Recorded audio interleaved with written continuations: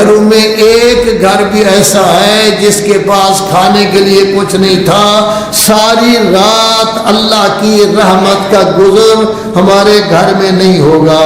تو اگر یہ احساس پیدا ہو جائے پھر غربت ہی نہ ہو۔ ایک آدمی کے پاس اربوں ہیں، ایک آدمی کے پاس روٹی کھانے کے لیے چیز نہیں۔ یہ در حقیقت ہمارے اپنے کرتوت ہیں، اس لیے کہ ہم نے اسلام کو نہیں اپنایا، قرآن مجید کو اپنا راہبر نہیں مانا، اہل بیت کو بھی نہیں مانا۔ زبانی ہم کہتے ہیں کہ اہل بیت سے بڑی محبت ہے، لیکن کیا اہل بیت کی سیرت کے مطابق ہماری زندگی ہے؟ قرآن مجید کے بارے میں ہم چومتے ہیں، قرآن مجید کو سر پر اٹھاتے ہیں، دنیا کو نیچے گزارتے ہیں، یورپ کے جانے والے کو نیچے گزارتے ہیں۔ قرآن مجید فاتح خوانی کے لیے رہ گیا ہے۔ کیا ہم نے قرآن مجید کے ترجمے کو اپنے بچوں کو پڑھایا ہے، اپنے آپ کو پڑھایا ہے، بیگم کو پڑھایا ہے؟ گھر میں قرآن مجید کا رواج ہے؟ اگر نہیں ہے تو نہ قرآن ہمارا راہبر ہے، نہ امام ہمارے راہبر ہے، نہ حدیثوں کے ساتھ ہمارا رابطہ ہے، نہ قرآن مجید کے ساتھ ہمارا رابطہ ہے۔ رسول اعظم صلی اللہ علیہ وآلہ وسلم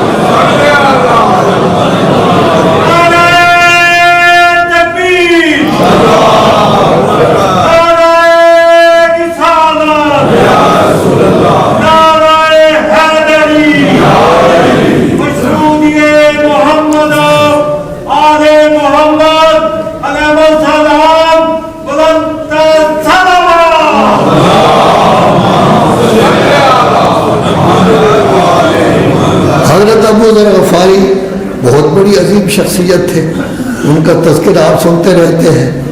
رسالت مآب صلی اللہ علیہ وآلہ وسلم کے بعد جو 4-5-6 آدمی رہ گئے تھے ان میں ابو ذر بھی موجود تھے، بڑی عظمت کے مالک ہیں۔ رسول اعظم صلی اللہ علیہ وآلہ وسلم ابو ذر کو وصیت کر رہے ہیں۔ یہ ابو ذر کوئی نہیں، صرف ساری دنیا کو وصیت ہے۔ علی مسجد میں اس وقت ہم جو بیٹھے ہوئے ہیں ہمیں بھی وصیت ہے۔ علماء کرام تشریف فرما ہے، ہمارے مولانا حافظ صاحب جن کا میں نے تذکرہ کیا تھا وہ خطاب بھی کریں گے، حافظ محمد حیدر صاحب، یہ تشریف فرما، سب کے لیے وصیت ہے۔ کیا فرماتے ہیں؟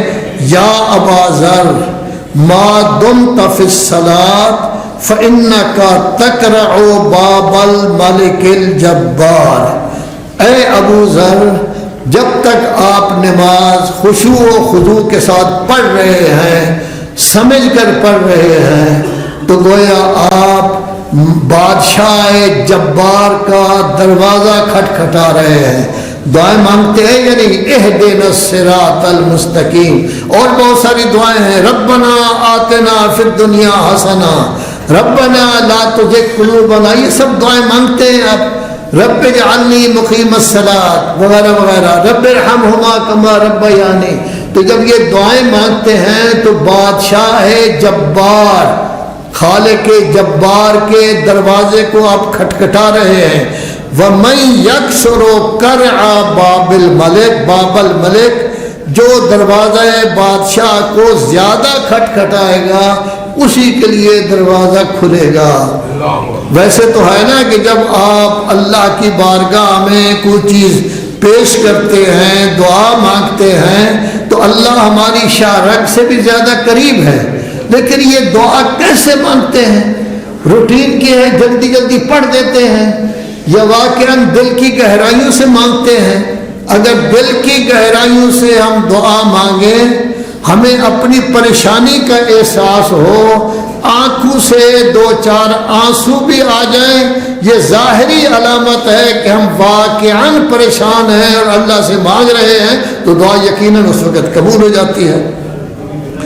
دوسرا ارشاد فرما رہے ہیں، یا ابا ذر، یا ابا ذر دع ما لست فیہ منہ فی شیء، جس کام کے ساتھ آپ کا ربط نہیں نا اس میں دخل دینے کی کوشش نہ کریں۔ ایک، جب تک ضرورت نہ ہو اس وقت تک زبان سے کچھ نہ بولے۔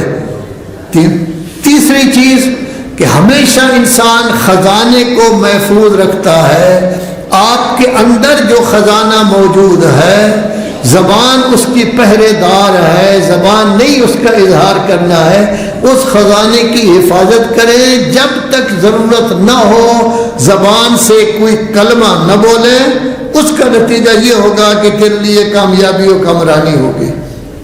تیسرا فرما رہے ہیں، قاعدہ کلیہ بیان فرما رہے ہیں، یا بازر المتقون سادہ، جس کے پیسے زیادہ ہوں وہ سردار نہیں ہوتا، وہ چودھری نہیں ہوتا، بلکہ کون سردار ہوتے ہیں؟ جو متقی ہوں، اللہ کے بندے ہوں، شریف آدمی ہوں، بیبے ہوں، کبھی کسی کا حق نہ مارے، کبھی کسی کو تکلیف نہ دے۔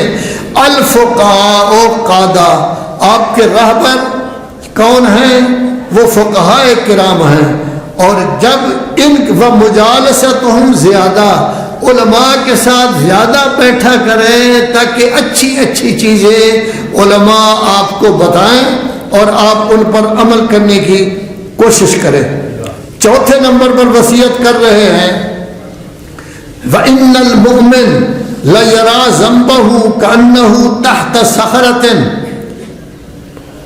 کہ مومن چھوٹا سا گناہ بھی کرے تو پریشان ہو جاتا ہے، وہ ایسے خیال کرتا ہے ایک بہت بڑا پتھر میرے سر کے اوپر ہے، ہو سکتا ہے کہ وہ مجھ پر گر جائے، تو اتنا پریشان ہوتا ہے کہ جب تک اپنے گناہ سے توبہ نہ کرے اس وقت تک اس کو چین نہیں آتا۔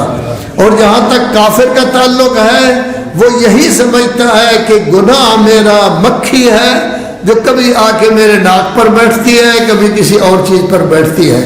تو مومن گناہ کو بڑا سخت سمجھتا ہے، وہ سمجھتا ہے کہ اس گناہ سے میری گویا کہ بربادی ہو رہی ہے، لذا مومن کو چاہیے کہ وہ کبھی گناہ بند عالم کی طرف نہ آئے۔ پھر پانچویں نمبر پر وصیت فرمائی جا رہی ہے، ان اللہ اذا اراد بعبد خیرا جعل ذنوبہ بین عینیہ ممثلہ، اللہ جب کسی مومن پر خوش ہوتا ہے وہ چاہتا ہے کہ یہ مومن اچھے انداز میں، نیک انداز میں زندگی بسر کرے۔ اگر اس کے گناہ ہیں تو گناہ اللہ اس کے سامنے لے آتا ہے، دیکھو یہ گناہ ہو گیا تھا تیرا، یہ گناہ فلاں دن ہو گیا تھا۔ گناہ ہم کیا کرتے ہیں؟ شراب تو ہم نہیں پیتے، دوسری ایسی چیزیں نہیں، لیکن یہ جھوٹ بولنا، بہتان باندھنا، غیبت، یہ تو اتنے عام ہیں۔ کسی کی چیز کو لے لینا پھر اس کے بعد واپس نہ کرنا، دفتر سے کوئی چیز اٹھا لینا، یہ سب کے سب یہ گناہ ہے۔ تو ایسی صورت میں اللہ تبارک و تعالیٰ گناہ جو ہے وہ اس پر مسلط کر دیتا ہے، اور یہ گناہ اس پر بہت بڑا بوجھ بن جاتا ہے، اور وہ کوشش کرتا ہے کہ اپنے بوجھ کو ہلکا کرے، اللہ کی بارگاہ میں توبہ کرے تاکہ یہ گناہ اس کا ختم ہو جائے۔ لیکن عام طور پر جو لوگ ہیں اللہ تبارک تعالیٰ ان کو بھلا دیتا ہے، نہ وہ اللہ کی طرف رجوع کرتے ہیں، نہ اپنے گناہ کو یاد کرتے ہیں۔ فَاذْكُرُونِي أَذْكُرْكُمْ، مجھے یاد کرو گے تو میں تمہیں یاد رکھوں گا۔ ان تنصروا اللہ ینصرکم، اللہ کی مدد کرو گے، احکام پر عمل کرو گے تو اللہ بھی تمہاری مدد کرے گا۔ اور جس وقت ہم کوئی کام غلط کر رہے ہیں ہمیں سوچنا چاہیے کس کی مخالفت ہے، کس کی ہم مخالفت کر رہے ہیں، کس کے حکم کی ہم مخالفت کر رہے ہیں۔ تو ارشاد ہو رہا ہے لا تنظر الی صغر الخطیہ، یہ نہ دیکھو کہ گناہ چھوٹا میں نے کیا ہے، بلکہ انظر الی من عصیتا، یہ دیکھو کس کی نافرمانی کی ہے۔ نافرمانی اللہ کی ہے، اللہ تو اللہ اکبر میں کہتا ہوں کہ اللہ سب سے بڑا ہے، میں کہتا ہوں سبحان اللہ والحمدللہ ولا الہ الا اللہ واللہ اکبر، آیا دل کی گہرائیوں میں اللہ کو مانتا ہوں، اللہ کی عظمت کا قائل ہوں میں؟ ایسا بات نہیں جیسے سورہ نور 29 پارے میں ہے ما لکم لا ترجون للہ وقارا، کیا ہو گیا ہے تمہیں کہ تمہارے دلوں میں اللہ کا وقار نہیں ہے؟ ایسی بات تو نہیں۔ تو اللہ کو اگر کوئی چیز کوئی شخص مانتا ہے پھر گناہ کرنے کا کوئی ایسا سلسلہ اس کا جو ہے وہ نہیں ہو سکتا۔ کیوں؟ اس واسطے کہ وہ سمجھتا ہے کہ در حقیقت میں اتنا انسان ہو کر اللہ نے اتنی مجھے نعمتیں دی ہیں، ان تعدوا نعمت اللہ لا تحصوها، اللہ کی نعمتوں کو شمار کرو تو شمار نہیں کیا جا سکتا۔ اس کے باوجود میں اللہ کی نافرمانی کر رہا ہو. پھر الاسباب لا تکفی، دیکھو آپ کے پاس پیسہ ہے آپ جا کے دکان کھول لیتے ہیں، تو یہ پیسہ ہونا کافی نہیں، اسباب کا ہونا کافی نہیں، مال کا ہونا کافی نہیں. آیا اللہ کی توفیق تمہارے شامل حال ہے؟ اگر اللہ کی توفیق شامل حال ہے تو کامیابی ہوگی، اگر اللہ کی توفیق شامل حال نہیں تو کوئی کامیابی نہیں ہوگی. آپ دیکھتے ہیں پوری دکان بھری ہوئی ہے، کوئی آدمی اس طرف آتا ہی نہیں. آپ دیکھتے ہیں بعض دکانیں ایسی ہیں ہر بندہ اسی طرف دوڑتا ہے، قطار بنا کر کھڑے ہوتے ہیں کہ میری باری آئے گی تو میں سودا خریدوں گا. تو در حقیقت یہ ہوتی ہے توفیق الہی. توفیق الہی کب ہوتی ہے؟ جب تھوڑا سا کام کرنا پڑتا ہے. لذا اگر کوئی آدمی چاہتا ہے کہ میری دکان کامیاب ہو تو اس کو 3 کام ضرور کرنا چاہیے. ایک تو یہ ہے کہ جب وہ اپنے گھر سے چلے صدقہ دے کر جائے. صدقہ 70 بیماریوں کو 70 سختیوں کو انسان سے دور کرتا ہے، یہ بہت اچھی چیز ہے. دوسرا کیا کام کرے کہ جب جائیں دکان کو پہلے صاف کریں، صاف ستھری ہونی چاہیے، اچھی صفائی ہونی چاہیے. اس کے بعد 1 منٹ 2 منٹ قرآن مجید کھولے، اس کی زیارت بھی کرے، 1 آدھ سطر پڑھے، تھوڑا سا سمجھنے کی کوشش کریں اس لفظ کا معنی کیا ہے، اس لفظ کا ترجمے والے قرآن موجود ہیں. آج کل تو ایسے ہیں کہ مختلف رنگوں سے وہ بتا دیتے ہیں اس لفظ کا یہ معنی ہے، اس لفظ کا یہ معنی ہے. پھر تھوڑا سا غور و فکر کریں اللہ مجھ سے کیا چاہتا ہے، کیا پیغام مجھے دیا جا رہا ہے، کیا فرمان اللہ کا جاری ہو رہا ہے. تو یہ سب کر کے اس کے بعد دعا مانگے. تو ظاہر ہے کہ جب یہ کام کرے گا تو پہلے صدقہ دیا ہے، قرآن مجید کی زیارت بھی کی ہے، تلاوت بھی کی ہے اپنی دکان پر جا کر. تیسرا یہ ہے کہ جب سال گزرے تو پھر حضرت ابو بکر کا مرید نہ بنے، مولا کا مرید بنے، رسول اللہ کا مرید بنے اور خمس بھی دے. وہ دیکھے کہ سال کے بعد کتنا کچھ میرے پاس ہے، اس کا 5واں حصہ دے دے. کیوں آج غربت ہے ہمارے ہاں، فقر کیوں ہے؟ چونکہ ان لوگوں نے زکوٰۃ بھی اپنے ہاتھ میں لے لی کہ صرف ہمیں دو، اور ساتھ ہی ساتھ خمس کا بھی انکار کر دیا. کہنے لگے اللہ کو کیا ضرورت ہے خمس کی، اللہ نے کو کھانا ہے. رسول اللہ کو کیا ضرورت ہے، وہ تو دنیا سے چلے گئے. اہل بیت کو کیا ضرورت ہے، وہ تو لوگوں کو دیتے تھے. اہل بیت کہتے ہیں ضرورت کیا ہے، وہ رسول اللہ کے رشتہ دار تھے، زندگی میں رسول اللہ ان کی مدد کرتے تھے. اور جو سادات کا حصہ ہے کہا کوئی آئے گا تو ہم دیکھیں گے ہم نے کیا کرنا ہے. یہ روایات اہل سنت کی کتابوں میں موجود ہیں، صرف شیعہ کی کتابوں میں نہیں. اور میں نے خمس کے بارے میں میرے خیال میں 6 مہینے برابر یہاں درس دیے تھے. خمس کے بارے میں آپ کو بتایا تھا، پوری تفصیل بتائی گئی تھی.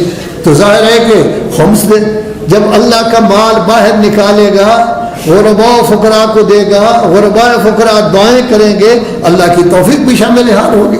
تو صدقہ خیرات بھی کرنا چاہیے، واجب بھی ادا کرنا چاہیے، قرآن مجید کی تلاوت بھی. یہ کام کرے گا تو اس کا نتیجہ یہ ہوگا کہ اسے کامیابی اور کامرانی ہوگی. اسی لیے کہا جا رہا ہے الاسباب لا تکفی، صرف پیسے کا ہونا، اسباب کا ہونا کافی نہیں، بلکہ لازم ہے الہی توفیق ہو. الہی توفیق تب ہوتی ہے جب اللہ کے لیے کام کریں. آج ہمارے ملک کی جو حالت ہے وہ آپ دیکھ رہے ہیں کہ چند لاکھ لوگ ایسے ہیں جو ارب پتی ہیں، اکثریت ایسی ہے جس کو کھانے کے لیے کچھ نہیں ملتا. اس کی اصل وجہ کیا ہے؟ ہم نے دین کو چھوڑ دیا ہے، قرآن کو چھوڑ دیا ہے، اہل رسول اللہ کو چھوڑ دیا ہے، قرآن مجید کی طرف بھی توجہ نہیں ہے. کیا ہے، ہم نے اور اپنے بڑے بڑے لوگ بنا لیے ہیں جن کی طرف رجوع کرتے ہیں. تو ظاہر ہے کہ نہ قرآن سے ہم فائدہ اٹھاتے ہیں، نہ رسول اللہ کی سیرت سے فائدہ اٹھاتے ہیں، نہ اہل بیت کی سیرت سے فائدہ اٹھاتے ہیں. میں نے ذکر کیا تھا کہ جنوبی پنجاب میں بچپنے میں ہم دیکھتے تھے کوئی گھر بھی ایسا نہیں ہوتا تھا کہ جب کھانا پکتا ہے پہلے وہ ایک آدمی کا کھانا علیحدہ کر لیتے، اپنے مرحومین کے لیے فاتحہ پڑھتے، وہ بعد میں دوسرے لوگوں کو دے دیتے. اگر ہر گھر یہ کام کرے تو میرے خیال میں کروڑوں لوگوں کو فائدہ ہوگا. اور پھر غرباء و فقراء کے خیال بھی اس طرح کرنا چاہیے جس طرح ہم خود کرتے ہیں. کہ بہت بڑے عالم تھے مہدی بحر العلوم، ان کے کلاس فیلو ان کی خدمت میں ملنے کے لیے ان نے اجازت نہیں دی. وہ بڑے پریشان ہوئے، پتہ تھا بڑے مقدس شخصیت ہے، ان کو پتہ چل گیا ہے کہ مجھ میں کوئی خامی پائی جاتی ہے. بڑی مشکل سے گئے، کلاس فیلو تھے، ہم جماعت تھے. کہنے لگے یہ کیا، آپ نے مجھے اجازت نہیں دی، میں نے کون سا غلط کام کیا ہے؟ کہا کہ رات آپ لوگوں نے عراقی پلاؤ کھایا ہے، اب آپ لوگ نجف جاتے رہتے ہیں، ہو سکتا ہے عراقی پلاؤ کھایا ہو، جتنے چاول ہوتے ہیں اتنا ہی گوشت ہوتا ہے، اتنے ہی میوے ہوتے ہیں، پتہ نہیں کئی قسم کے میوے، وہ عراقی پلاؤ ہوتا ہے بڑا اچھا بنا ہوا۔ اور ایک گھر سادات کا ساتھ موجود تھا، یہ شیخ صاحب تھے، سادات کا گھر ساتھ موجود تھا، وہ بیچارے بھوکے رہے، انہوں نے دیگچی رکھی ہوئی تھی خالی پانی، بچوں سے کہا آپ سو جاؤ ابھی آپ کو دیتی ہوں میں، ابھی یہ پک جاتا ہے تو آپ کو دیتے ہوں، کھانے کے لیے کوئی چیز نہیں تھا۔ اور یہ طے ہے کہ اگر ہم کھانا کھا کر سو جائیں تو اللہ کی رحمت سے دور رہتے ہیں۔ تو انہوں نے پھر پلاؤ پکوایا، بہت بڑی سینی میں رکھا، اپنے امامے کے اوپر رکھ کر وہ لے گئے، ان کے دروازے پر گئے کہ یہ ہدیہ ہے۔ تو اگر کچھ کریں گے مخلوق خدا کے لیے، سیدھی سادی بات ہے کہ آپ کا وجود، میرا وجود، آپ لوگوں کا وجود، آیا یہ لوگوں کے لیے نفع مند ہے؟ ہماری وجہ سے لوگوں کو فائدہ ہو رہا ہے؟ جتنے زیادہ لوگوں کو فائدہ ہوگا اتنی ہم میں عظمت ہوگی، اور جتنا لوگوں کو کوئی فائدہ نہیں، ہم صرف اپنے پیٹ بھر رہے ہیں، اتنا ہی ہم نیچے چلے جائیں گے۔ ان احسن الحدیث